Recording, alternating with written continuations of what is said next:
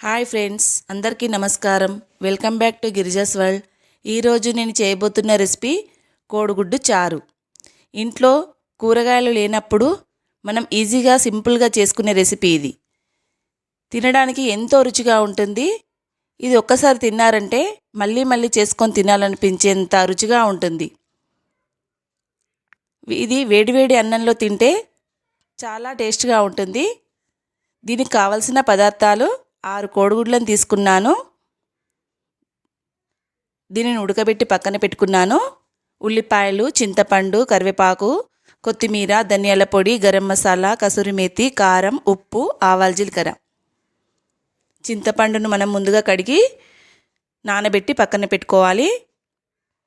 ఆ తర్వాత స్టవ్ వెలిగించి బాండి పెట్టి అందులో 3 టేబుల్ స్పూన్ల ఆయిల్ పోసుకోవాలి.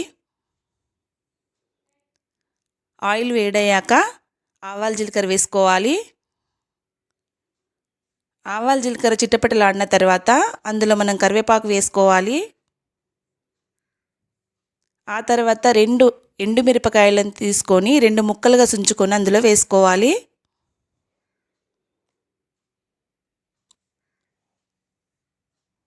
ఉల్లిపాయ ముక్కల్ని అందులో వేసుకొని బాగా కలుపుకోవాలి.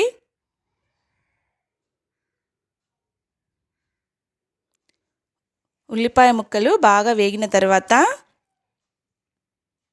గోల్డెన్ రంగు వచ్చేంత వరకు వేయించుకోవాలి. అలా వేగాక 1 టేబుల్ స్పూన్ మనం అల్లం వెల్లుల్లి పేస్ట్ని అందులో వేసుకోవాలి. అల్లం వెల్లుల్లి పేస్ట్ పచ్చి వాసన పోయేంత వరకు వేయించుకొని ఆ తర్వాత 1 టేబుల్ స్పూన్ పసుపు వేసుకోవాలి. 2 టేబుల్ స్పూన్ల కారం వేసుకోవాలి.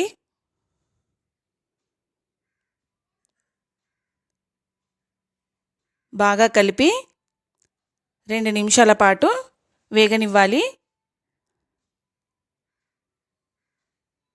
ఆ తర్వాత తగినంత ఉప్పు వేసుకోవాలి.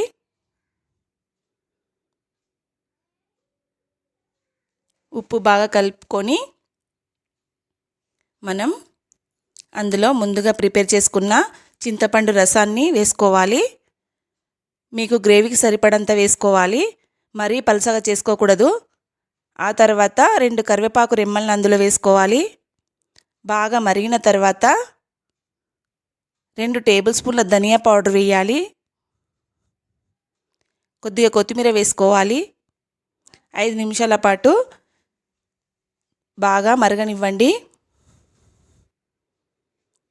చూడండి, ఈ విధంగా మరిగిన తర్వాత మనం ఉడకబెట్టుకున్న కోడిగుడ్లను తీసుకొని ఘాట్లు పెట్టుకోవాలి.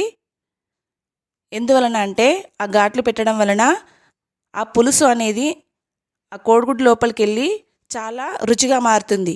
అందువలన అలా ఘాట్లు పెట్టుకొని మనం కోడిగుడ్డు పులుసులో వేసుకోవాలి. అలా వేసిన తర్వాత 2 నిమిషాలు ఉడికిన తర్వాత అందులో మనం 1/2 స్పూన్ గరం మసాలా వేసుకోవాలి. కాస్తంత కసూరి మేతి వేసుకోవాలి. అంతే, ఎంతో టేస్టీగా ఉండే కోడిగుడ్డు చారు రెడీ. మీకు నచ్చినట్లయితే, ఈ రెసిపీ మీకు నచ్చినట్లయితే please subscribe my channel, share చేయండి, లైక్ చేయండి, బెల్ ఐకాన్ నొక్కండి. Thank you.